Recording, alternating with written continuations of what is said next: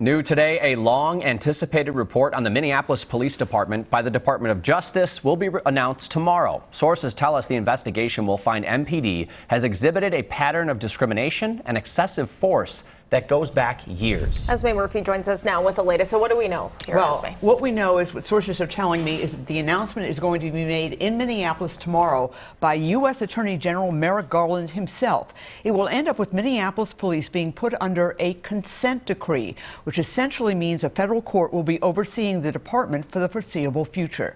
The Minneapolis Police Department is already under a state consent decree after a similar investigation by the Minnesota Department of Human Rights. It was Merrick Garland who announced the start of the investigation in April of 2021, the day after a Hennepin County jury found Derek Chauvin guilty of murdering George Floyd.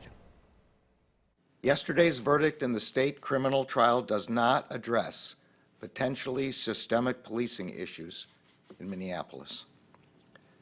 Today, I am announcing that the Justice Department has opened a civil investigation to determine whether the Minneapolis Police Department engages in a pattern or practice of unconstitutional or unlawful policing.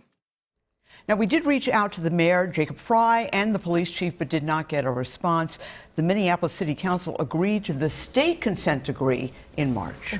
Is any of this coming as a surprise to the police department or the mayor? You know, not really. Mayor Jacob Fry has been saying for weeks or months actually, that he's been expecting the DOJ report and that it would result in the department being put under a consent decree.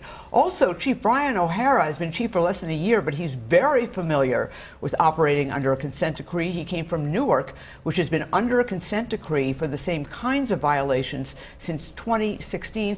And from what I have read, O'Hara did get pretty high marks for cooperating and going along with the consent decree. Well, you mentioned Newark, obviously now Minneapolis. How common is it for the feds, for a consent decree and for the feds to be running a local police department? You know, it's incredible, but it is relatively common. There are 17 police departments that are currently under a federal court agreement.